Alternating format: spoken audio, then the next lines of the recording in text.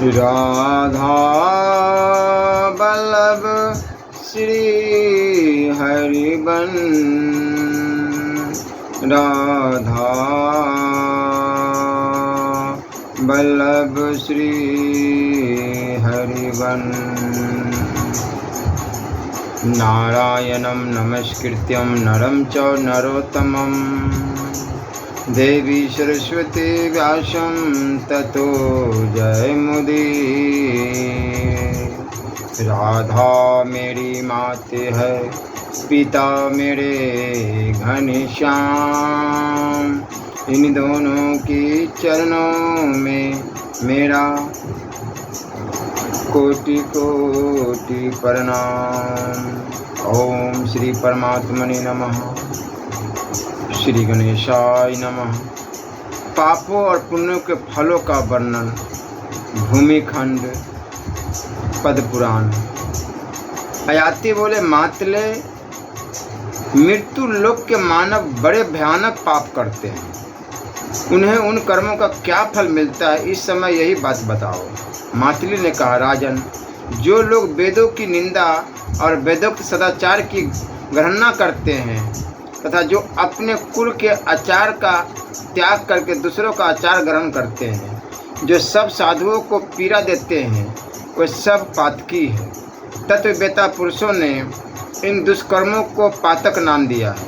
जो माता पिता की निंदा करते, बहन को सदा मारते और उनकी गणना करते हैं, उनका यह कार्य निश्चय ही पातक है। जो श्राद्ध काल आने पर भी काम, क्रोध अथवा भय से 5 कोस के भीतर रहने वाले दामाद, भांजे तथा बहन को नहीं बुलाता और सदा दूसरों को ही भोजन कराता है, उसके श्राद्ध में पितर अन्न ग्रहण नहीं करते, उसमें विघ्न पड़ जाता है। दामाद आदि की अपेक्षा श्राद्ध करता पुरुष के लिए मृत्यु हत्या के समान है, उसे बहुत बड़ा पातक माना गया है। इसी प्रकार यदि दान देते समय बहुत से ब्राह्मण आ जाए तथा उनमें से एक को तो दान दिया जाए और दूसरों को न दिया जाए, तो यह दान के फल को नष्ट करने वाला बहुत बड़ा पातक माना जाता है। ब्राह्मण, क्षत्रिय, वैश्य और शूद्र को उचित है कि वह प्रत्येक पुण्य पर्व के अवसर पर निर्धन ब्राह्मण की पूजा करे तथा जहाँ तक हो सके उसे धन की प्राप्ति कराए। श्राद्ध के समय निमंत्रित ब्राह्मण के अतिरिक्त यदि दूसरा कोई ब्राह्मण आ जाए तो उन दोनों को ही भोजन, वस्त्र, तांबूल आदि दक्षिणा के द्वारा पूजा करनी चाहिए। इससे श्राद्धकर्ता के पितरों को बड़ा हर्ष होता है। यदि श्राद्धकर्ता धनहीन हो तो वह एक की ही पूजा कर सकता है। जो श्राद्ध में ब्राह्मण को भोजन कराकर आदरपूर्वक दक्षिणा नहीं देता, उसे गौ हत्या आदि के समान पाप लगता है। महाराज, व्यक्तिपात और वैधृति योग आने पर अथवा अमावस्या तिथि को या पिता की छया तिथि प्राप्त होने पर अपराह्न काल में ब्राह्मण आदि वर्णों को अवश्य श्राद्ध करना चाहिए। वृद्ध पुरुष को उचित है कि वह अपरिचित ब्राह्मण को श्राद्ध में निमंत्रित न करे। अपरिचितों में भी यदि कोई वेद वेदांगों का परागामी विधान हो तो उस ब्राह्मण को श्राद्ध में निमंत्रित करना और दान देना उचित है। राजन, निमंत्रित ब्राह्मण का अपूर्व आतिथ्य सत्कार करना चाहिए। जो पापी इसके विपरीत आचरण करता है उससे निश्चय ही नरक में जाना पड़ता है।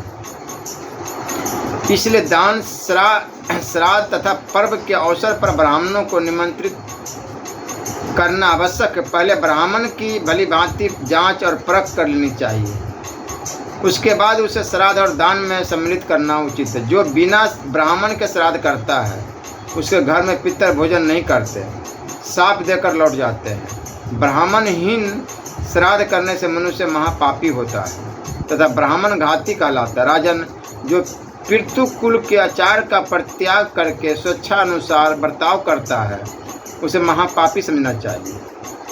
वह सब धर्मों से बहिष्कृत है। जो पापी मनुष्य शिव की परिचर्या छोड़कर शिव भक्तों से द्वेष रखते हैं तथा जो ब्राह्मणों से द्रोह करते हुए तथा भगवान श्री विष्णु की निंदा करते हैं। कोई महापापी है। सदाचार की निंदा करने वाले पुरुषों की गणना भी इसी श्रेणी में है। सर्वप्रथम उत्तम ज्ञान स्वरूप पुण्यमय भागवत पुराण की पूजा करनी चाहिए। तत्पश्चात विष्णु पुराण, हरिवंश, मत्स्य पुराण, कुर्म पुराण का पूजन करना उचित है। जो पद्म पुराण की पूजा करते हैं उनके द्वारा भगवान श्री मधुसूदन की प्रत्यक्ष पूजा हो जाती है। बोलो राधे राधे। जो श्री भगवान के ज्ञान स्वरूप पुराण की पूजा किए बिना ही उसे पढ़ते और लिखते हैं, लोभ में आकर बेच देते हैं, अपवित्र अवस्थान में मनमाने ढंग से रख देते हैं तथा स्वयं अशुद्ध रखकर अशुद्ध स्थान में पुराण की कथा कहते और सुनते हैं, उनका यह सब कार्य गुरु निंदा के समान माना गया है। जो गुरु की पूजा किए बिना ही उनसे शास्त्र श्रवण करना चाहता है, गुरु की सेवा नहीं करता, उनकी आज्ञा भंग करने का विचार रखता है, उनकी बात का अभिनंदन नहीं करता अपितु प्रतिवाद कर देता है, गुरु को कार्य की करने योग्य होने पर भी अपेक्षा करता तथा जो गुरु को रोगादि से पीड़ित असमर्थ विदेश की ओर प्रस्थित और शत्रुओं के द्वारा अपमानित देखकर भी उनका साथ छोड़ देता है, वह पापी जब तक कुंभी पाक नरक में निवास करता रहता है। जब तक कि 14 इंद्रियों की आयु पूरी नहीं हो जाती। जो स्त्री पुत्र और मित्रों की अवहेलना करता है उसके इस कार्य को भी गुरु निंदा के समान महान पातक समझना चाहिए। ब्राह्मण की हत्या करने वाला, स्वर्ण चुराने वाला, शराबी, गुरु की सैया पर सोने वाला तथा इनका सहयोगी, ये 5 प्रकार के मनुष्य महापातकी माने गए हैं। जो क्रोध, द्वेष, भय अथवा लोभ से विशेष ब्राह्मण के मम्र आदि का उच्छेद करता है, दरिद्र भिक्षुक ब्राह्मण को द्वार पर बुलाकर पीछे कोरा जवाब दे देता है। जो विद्या के अभिमान में आकर सभा में उदासीन भाव से बैठे हुए ब्राह्मणों को भी निस्तेज कर देता है तथा जो मिथ्या गुणों द्वारा अपने को जबरदस्ती ऊंचा सिद्ध करता है और गुरु को ही उपदेश करने लगता है, इन सबको ब्राह्मण घाती माना गया है। जिनका शरीर भूख और प्यास से पीड़ित है, जो अन्न खाना चाहते हैं, उनके कार्य में विघ्न खड़ा करने वाला मनुष्य भी ब्राह्मण घाती ही है। जो चुगलखोर, सब लोगों के दोष ढूंढने में तत्पर, सबको उद्वेग में डालने वाला और क्रूर है तथा जो देवताओं में ब्राह्मणों और गौओं के निमित्त पहले की दी हुई भूमि को हर लेता है, उसे ब्रह्मघाती कहते हैं। दूसरों के द्वारा उपार्जित द्रव्य का और ब्राह्मण के धन का अपहरण भी ब्रह्म हत्या के समान ही भारी पातक है। जो अग्निहोत्र या पंचाग्नि के कर्मों का परित्याग करके माता पिता और गुरु का अनादर करता है, झूठी गवाही देता है, शिव भक्तों की बुराई और अभक्षय वस्तु का भक्षण करता है, वन में जाकर निरपराध प्राणियों को मारता है तथा गौशाला, देव मंदिर, गांव और नगर में आग लगाता है, उसके ये भयंकर पाप पूर्वोक्त पापों के ही समान है। दोनों दीनों का सर्वस्व छीन लेना, पराई स्त्री, दूसरे के हाथी, घोड़े, गौ, पृथ्वी, चांदी, रत्न, अनाज, रस, चंदन, अर्गजा, कपूर, कस्तूरी, मालपुआ और वस्त्रों को चुरा लेना तथा पराई धरोहर को हड़प लेना, ये सब पाप स्वर्ण की चोरी के समान माने गए हैं। विवाह करने योग्य कन्या का योग्य वर के साथ विवाह न करना, पुत्र एवं मित्र की भरियाओं और अपनी बहनों के साथ समागम करना, कुमारी कन्या का साथ बलात्कार करना, अत्यंत जाति की स्त्री का सेवन तथा स्वर्णा स्त्री के साथ संभोग, ये 5 गुरु पत्नी गमन के समान बताए गए हैं। जो ब्राह्मण को धन देने की प्रतिज्ञा करके न तो उसे देता है और न फिर उसको याद ही रखता है, उसका यह कार्य उपपातकों की श्रेणी में रखा गया है। ब्राह्मण के धन का अपहरण, मर्यादा का उल्लंघन, अत्यंत मान, अधिक क्रोध, दंभ, कृतधनता, अत्यंता, विषयासक्ति, कृपणता, सठता, मत्स्य, पर स्त्री गमन और शादी भी, कन्याओं को कलंकित करना, परिबीती परिवेता तथा उसकी पत्नी इनसे संपर्क रखना, इन्हें कन्या देना अथवा इनका यज्ञ कराना, धन के अभाव में पुत्र मित्र और पत्नी का परित्याग करना, बिना किसी कारण के ही स्त्री को छोड़ देना, साधु और तपस्वियों की अपेक्षा करना, गौ क्षत्रिय वैश्य स्त्री तथा शूद्रों के प्राण लेना, शिव मंदिर वृक्ष और फुलबाड़ी को नष्ट करना, आश्रम वासियों को थोड़ा सा भी कष्ट पहुंचाना, भिड़ते वर्ग को दुख देना, अन्न वस्त्र और पशुओं की चोरी करना, जिनसे मांगना उचित नहीं ऐसे लोगों से याचना करना, यज्ञ बगीचा पोखरा स्त्री और संतान का विक्रय करना, तीर्थ यात्रा उपवास व्रत और शुभ कर्मों का फल बेचना, स्त्रियों के धन से जीविका चलाना, स्त्री द्वारा उपार्जित अन्न से जीवन निर्वाह करना तथा किसी के छिपे हुए अधर्म को लोगों के सामने खोल कर रख देना।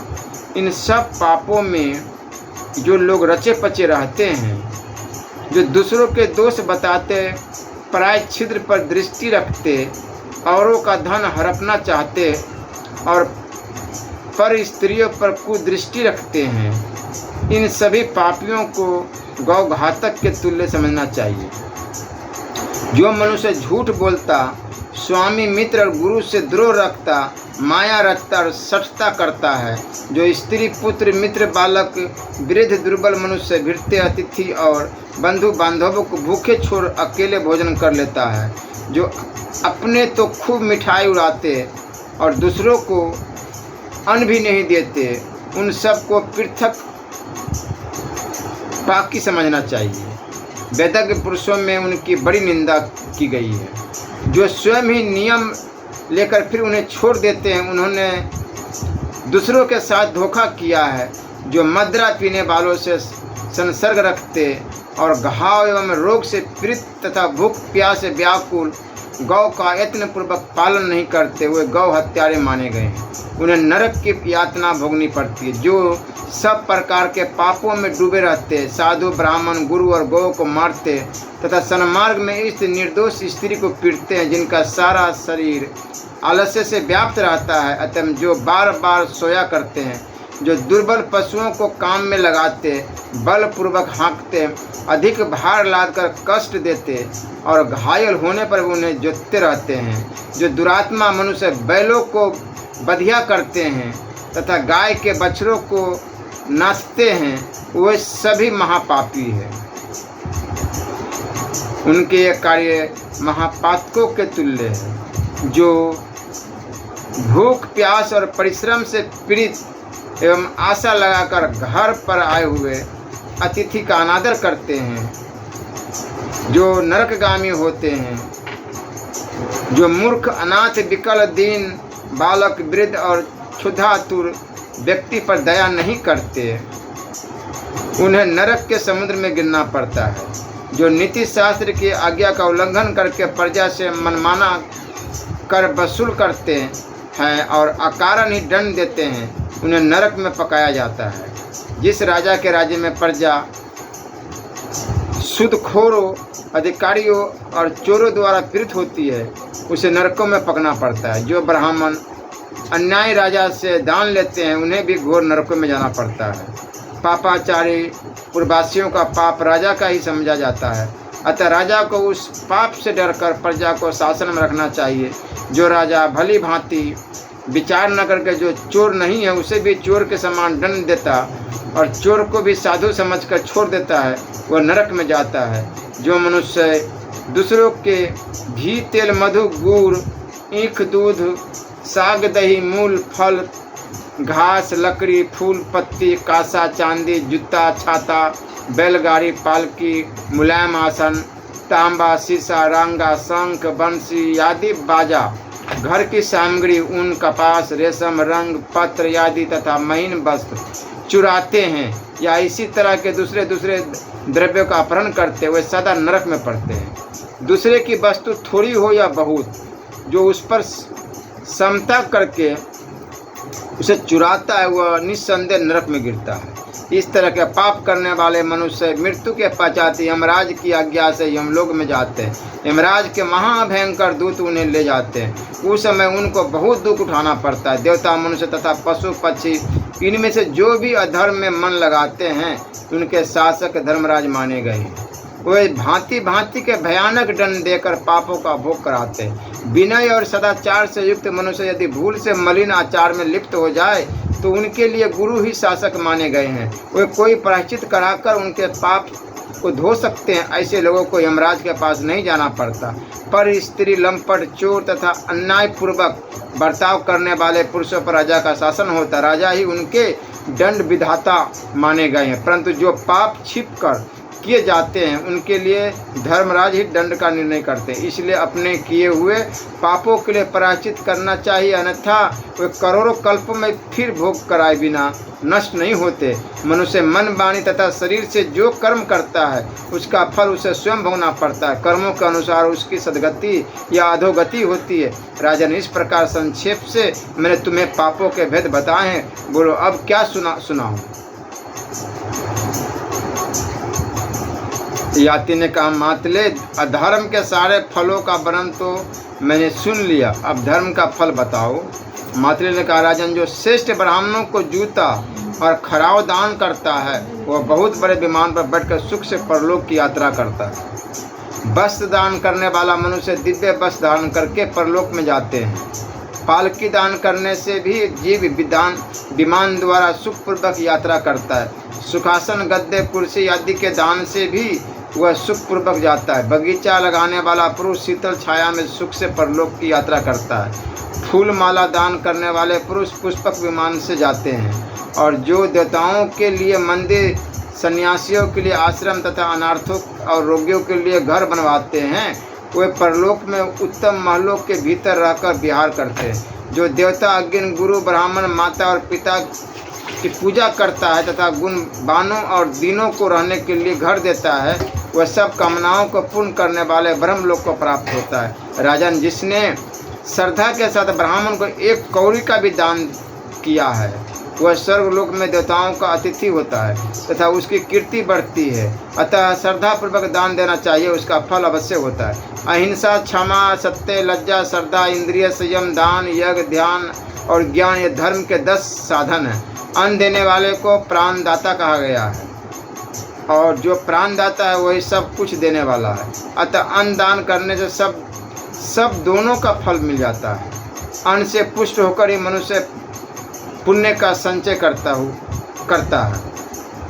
अतः पुण्य का आधा अंश अन्नदाता को और आधा भाग पुण्यकर्ता को प्राप्त होता है। इसमें तनिक भी संदेह नहीं है। धर्म, अर्थ, काम और मोक्ष का सबसे बड़ा साधन है शरीर, और शरीर स्थिर रहता है अन्न तथा जल से। अतः अन्न और जल ही सब पुरुषार्थ के साधन है। अन्न दान के समान दान न होगा। जल तीनों लोगों का जीवन माना गया है। वह परम पवित्र, दिव्य, शुद्ध तथा सब रसों का आश्रय है। अन्न, पानी, घोड़ा, गौ, वस्त्र, शैया, सूत और आसन, इन 8 वस्तुओं का दान प्रेत लोक के लिए बहुत उत्तम है। इस प्रकार दान विशेष से मनुष्य धर्मराज के नगर में सुखपूर्वक जाता है। इसलिए धर्म का अनुष्ठान अवश्य करना चाहिए। राजन, जो लोग क्रूर कर्म करते और दान नहीं देते हैं उन्हें नरक में दुस्सहस दुख भोगना पड़ता है। दान करके मनुष्य अनुपम सुख भोगते हैं। जो एक दिन भी भक्ति पूर्वक भगवान शिव की पूजा करता है वह भी शिव लोक को प्राप्त होता है। फिर जो अनेकों बार उनकी अर्चना कर चुका है उसके लिए तो कहना ही क्या है। श्री विष्णु की भक्ति में तत्पर और श्री विष्णु के ध्यान में संलग्न रहने वाले वैष्णव वैकुंठ धाम में चक्रधारी भगवान श्री विष्णु के समीप जाते हैं। श्री विष्णु का उत्तम लोक श्री शंकर जी के निवास स्थान से ऊपर समझना चाहिए। वहाँ श्री विष्णु के ध्यान में तत्पर रहने वाले वैष्णव मनुष्य ही जाते हैं। मनुष्य में श्रेष्ठ सदाचारी यज्ञ कराने वाले सुनीति युक्त और विधान ब्राह्मण ब्रह्मलोक को जाते हैं। युद्ध में उत्साहपूर्वक जाने वाले क्षत्रिय को इंद्रलोक की प्राप्ति होती है तथा अन्याय पुण्य कर्ता भी पुण्यलोक में गमन करते हैं।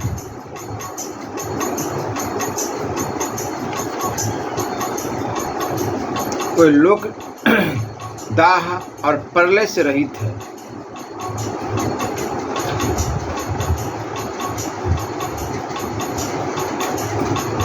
अयाति बोले मात्र वैष्णव धर्म के प्रचार द्वारा भूलोक को वैकुंठ तुल्य बनाना तथा अयाति के दरबार में काम आदि का नाटक खेलना। अयाति बोले मातले तुमने धर्म और अधर्म सबका उत्तम प्रकार से वर्णन किया। अब देवताओं की लोकों की स्थिति का वर्णन करो, उनकी संख्या बताओ, जिस पुण्य के प्रसंग से जिसने जो लोक प्राप्त किया हो उसका भी वर्णन करो। मातृ ने कहा, राजन देवताओं के लोक भावमय है, भावों के अनेक रूप दिखाई देते हैं, अतः भावात्मक जगत की संख्या करोड़ों तक पहुंच जाती है, परंतु पुण्यात्माओं के लिए उनमें से 28 लोक ही प्राप्त है, जो एक दूसरे के ऊपर स्थित है और अत्यंत विशाल है। जो लोग भगवान शंकर को नमस्कार करते हैं उन्हें शिवलोक का विमान प्राप्त होता है। जो प्रसंग बस शिव का स्मरण या नाम कीर्तन अथवा उन्हें नमस्कार कर लेता है उसे अनुपम सुख की प्राप्ति होती है। फिर जो निरंतर उनके भजन में ही लगे रहते हैं उनके विषय में तो कहना ही क्या है। जो ध्यान के द्वारा भगवान श्री विष्णु का चिंतन करते हैं और सदा उन्हीं में मन लगाए रहते हैं वह उन्हीं के परम पद को प्राप्त होते हैं। नरश्रेष्ठ श्री शिव और भगवान श्री विष्णु के लोक एक से ही है, उन दोनों में कोई अंतर नहीं है, क्योंकि उन दोनों महात्माओं श्री शिव तथा श्री विष्णु का स्वरूप भी एक ही है। श्री विष्णु रूपधारी शिव और श्री शिव रूपधारी विष्णु को नमस्कार है। श्री शिव के हृदय में विष्णु और श्री विष्णु के हृदय में भगवान शिव विराजमान है। ब्रह्मा विष्णु और शिव ये तीनों देवता एक रूप ही है, इन तीनों के स्वरूप कोई अंतर नहीं, केवल गुणों का भेद बतलाया गया है। राजेंद्र आप श्री शिव के भक्त तथा भगवान विष्णु का अनुरागी है, अतः आप पर ब्रह्मा विष्णु और शिव तीनों देवता प्रसन्न हैं। मानद मैं इंद्र की आज्ञा से इस समय आपके पास आया हूँ, अतः पहले इंद्र लोक में चलिए, उसके बाद कर्म से ब्रह्मलोक, शिवलोक तथा विष्णु लोक को जाएंगे। वे लोक दाह और प्रलय से रहित है। पीपल ने पूछा, ब्राह्मण मातली की बात सुनकर नूह से पुत्र राजा अयाति ने क्या किया, इसका विस्तार के साथ वर्णन कीजिए। सुकर्मा बोले, विप्रवर सुनिए। उस समय संपूर्ण धर्मात्माओं में श्रेष्ठ नृपवर अयाति ने मातली से इस प्रकार कहा, देवदूत तुमने स्वर्ग का सारा गुण अवगुण मुझे पहले ही बता दिया है, अतः अब मैं शरीर छोड़कर स्वर्गलोक में नहीं जाऊंगा। देवादिदेव इंद्र ने तुम यही जाकर कह देना, इंद्र से जाकर तुम यही कह देना। भगवान ऋषिकेश के नामों का उच्चारण ही सर्वोत्तम धर्म है। मैं प्रतिदिन इसी रसायन का सेवन करता हूँ, इससे मेरे रोग दोष और पापादि नष्ट हो गए हैं। संसार में श्री कृष्ण का नाम सबसे बड़ी औषध है। इसके रहते हुए भी मनुष्य पाप और व्याधियों से पीड़ित होकर मनुष्य को प्राप्त हो रहे हैं। यह कितने आश्चर्य की बात है। लोग कितने बड़े मूर्ख हैं कि श्री कृष्ण नाम का रसायन नहीं पीते। भगवान की पूजा, ध्यान, नियम, सत्य भाषण तथा दान से शरीर की शुद्धि होती है, इससे रोग और दोष नष्ट हो जाते हैं। तदंतर भगवान के परमार्थ से मनुष्य शुद्ध हो जाता है। इसलिए मैं अब स्वर्गलोक को नहीं चलूँगा। अपने तप से, भाव से और धर्माचरण के द्वारा भगवत कृपा से इस पृथ्वी को ही स्वर्ग बनाऊंगा। यह जानकर तुम यहाँ से जाओ और सारी बातें इंद्र से कह सुनाओ। राजा अयाति की यह बात सुनकर मातृ चले गए। उन्होंने इंद्र से सब बातें निवेदन की। उन्होंने सुनकर इंद्र पुनः राजा को स्वर्ग में लाने के लिए विषय में विचार करने लगे। पीपल ने पूछा, ब्राह्मण इंद्र के दूत महाभाग मातली के चले जाने पर महात्मा अयाति ने कौन सा कार्य किया? सुकर्मा बोले, विप्रवर देवराज के दूत मातली जब चले गए तब राजा अयाति ने मन ही मन कुछ विचार किया और तुरंत ही प्रधान दूतों को बुलाकर उन्हें धर्म और अर्थ से युक्त उत्तम आदेश दिया। दूतों, तुम लोग मेरी आज्ञा मानकर अपने और दूसरे देशों में जाओ। तुम्हारे मुख से वहाँ के सब लोग मेरी धर्मयुक्त बात सुने और सुनकर उसका पालन करें। जगत के मनुष्य परम पवित्र और अमृत के समान सुखदायी भगवत संबंधी भावों द्वारा उत्तम मार्ग का आश्रय ले, सदा तत्पर होकर शुभ कर्मों का अनुष्ठान, भगवत तत्व का ज्ञान, भगवान का ध्यान और तपस्या कर सब लोग विषयों का परित्याग करके यज्ञ और दान के द्वारा एकमात्र मधुसूदन का पूजन करे, सर्वत्र सुखे और गीले में आकाश और पृथ्वी पर तथा चराचर प्राणियों में केवल श्री हरि का दर्शन करे। जो मानव लोभ या मोह बस लोक में मेरी इस आज्ञा का पालन नहीं करेगा, उसे निश्चय ही कठोर दंड दिया जाएगा। मेरी दृष्टि में वह चोर की भांति निकृष्ट समझा जाएगा। राजा के ये वचन सुनकर दूतों का हृदय प्रसन्न हो गया। वे समूची पृथ्वी पर घूम घूम कर समस्त प्रजा को महाराज का आदेश सुनाने लगे। ब्राह्मण आदि चारों वर्णों के मनुष्य राजा याति ने संसार में परम पवित्र अमृत ला दिया है। आप सब लोग उसका पान करें। उस अमृत का नाम है पुण्यमय वैष्णव धर्म। वह सब दोषों से रहित और उत्तम परिणाम का जनक है। भगवान केशव सबका क्लेश हरने वाले सर्वश्रेष्ठ आनंद स्वरूप और परमार्थ तत्व है। उनका नाम में अमृत सब दोषों को दूर करने वाला है। महाराज याति ने उस अमृत को यही सुलभ कर दिया है। संसार के लोग इच्छा अनुसार इसका पान करें। भगवान विष्णु की नाभि से कमल प्रकट हुआ है। उनके नेत्र कमल के समान सुंदर है। वे जगत के आधारभूत और महेश्वर है। पापों का नाश करके आनंद प्रदान करते हैं। दानवों और दैत्यों का संहार करने वाले हैं। यज्ञ उनके अंग स्वरूप है।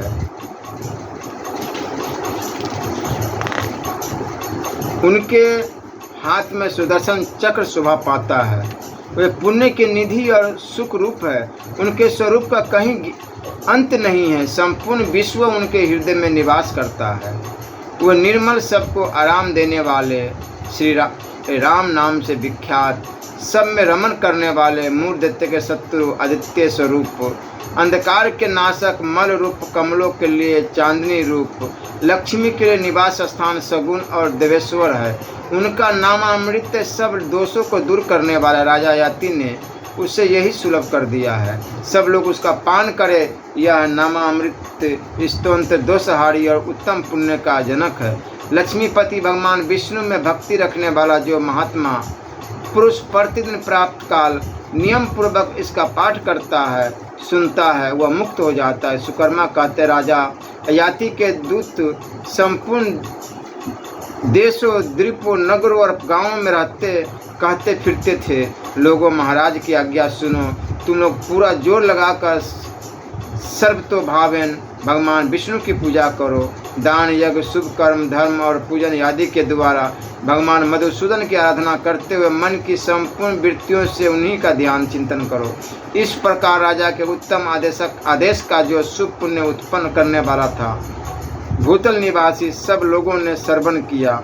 उसी समय से संपूर्ण मनुष्य एकमात्र भगवान मुरारी का ध्यान, गुणगान, जप और तप करने लगे।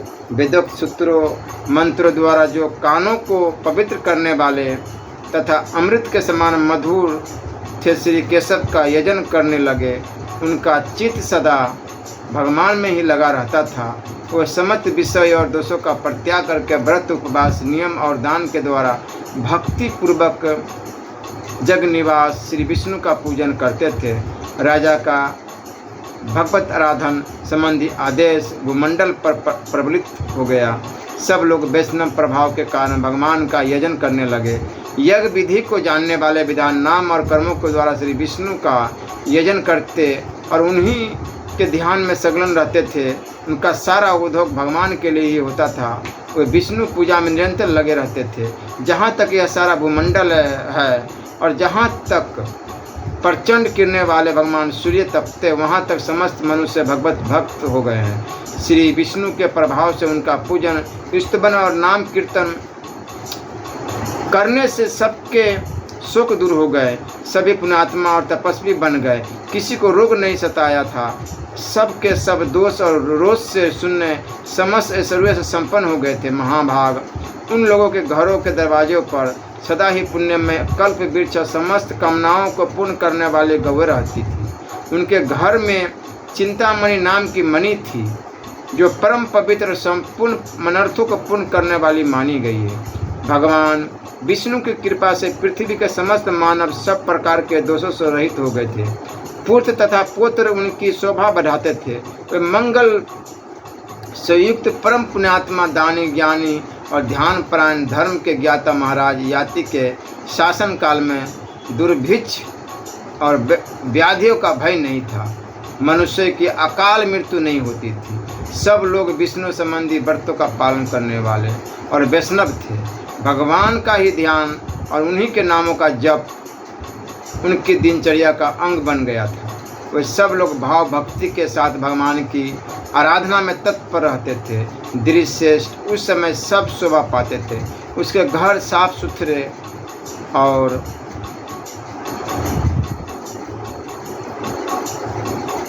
चमकीले थे तथा उत्तम गुणों के कारण दिव्य दिखाई देते थे।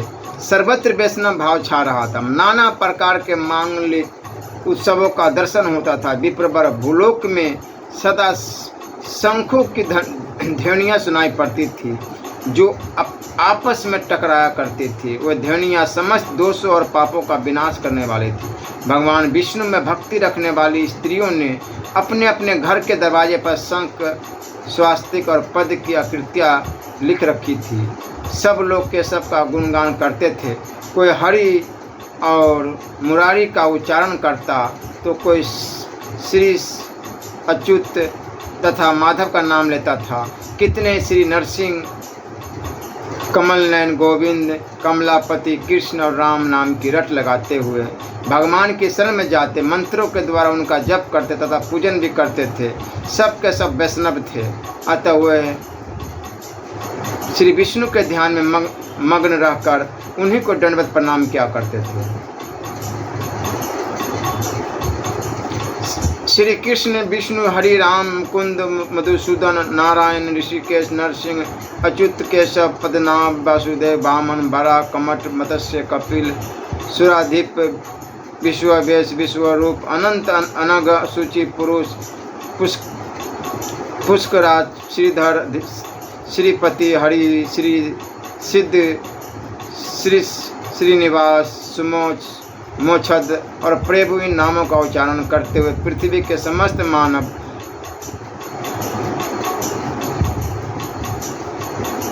बाल, वृद्ध और कुमार भी भगवान का भजन करते थे। घर के काम धंधों में लगी हुई स्त्रियां सदा भगवान श्री हरि को प्रणाम करती और बैठते, सोते, चलते ध्यान लगाते तथा ज्ञान प्राप्त करते समय भी वो लक्ष्मीपति का स्मरण करती रहती थी। खेल कूद में लगे हुए बालक गोविंद को मस्तक झुकाते और दिन रात मधुर हरि नाम का कीर्तन करते रहते थे। दृश्य सर्वत्र भगवान विष्णु के नाम की ही ध्वनि सुनाई पड़ती थी। भूतल के समस्त मानव वैष्णवोचित भाव से रहा करते थे। महलों और देव मंदिरों के कलशों पर सूर्यमंडल के समान चक्र शोभा पाते थे। पृथ्वी पर सर्वत्र श्री कृष्ण का भाव दृष्टिगोचर होता था।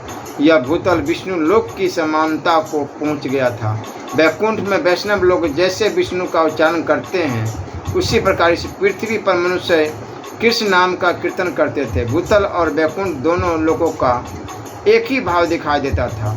वृद्धावस्था रोग का भय नहीं था क्योंकि मनुष्य अजर अमर हो गए थे। भूलोक में दान और भोग का अधिक प्रभाव दृष्टिगोचर होता था। प्राय सब मनुष्य दृढ़ भाव मात्र वेदों के विधान और ज्ञान ध्यान परायण थे। सब यज्ञ और दान में लगे रहते थे। सब में दया का भाव था। सभी परोपकारी, शुभ विचार संपन्न और धर्मनिष्ठ थे। महाराज ययाति के उपदेश से भूमंडल के समस्त मानव वैष्णव हो गए थे। भगवान श्री विष्णु कहते हैं कि नृपश्रेष्ठ बैन नहुषपुत्र महाराज ययाति का चरित्र सुनो। वे धर्मपरायण और निरंतर भगवान विष्णु में भक्ति रखने वाले थे। उन्हें इस पृथ्वी पर रहते 1 लाख वर्ष व्यतीत हो गए, परंतु उनका शरीर नित्य नूतन दिखाई देता था, मानो वे 25 वर्ष के तरुण हो। भगवान विष्णु के प्रमाद से राजा ययाति बड़े ही प्रसन्न और प्रौढ़ हो गए थे। भूमंडल के मनुष्य कामनाओं के बंधन से रहित होने के कारण यमराज के पास नहीं जाते थे। वे दान पुण्य से सुखी थे और सब धर्मों के अनुष्ठान में संलग्न रहते थे। जैसे दुर्वा और बट वृक्ष पृथ्वी पर विस्तार को प्राप्त होते हैं, उसी प्रकार वे मनुष्य पुत्र पुत्रों के द्वारा वृद्धि को प्राप्त हो रहे थे। मृत्यु रूपी दोष से हीन होने के कारण वे दीर्घजीवी होते थे।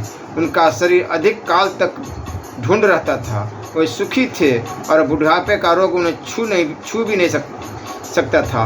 पृथ्वी के सभी मनुष्य 25 वर्ष की अवस्था वाले दिखाई देते थे।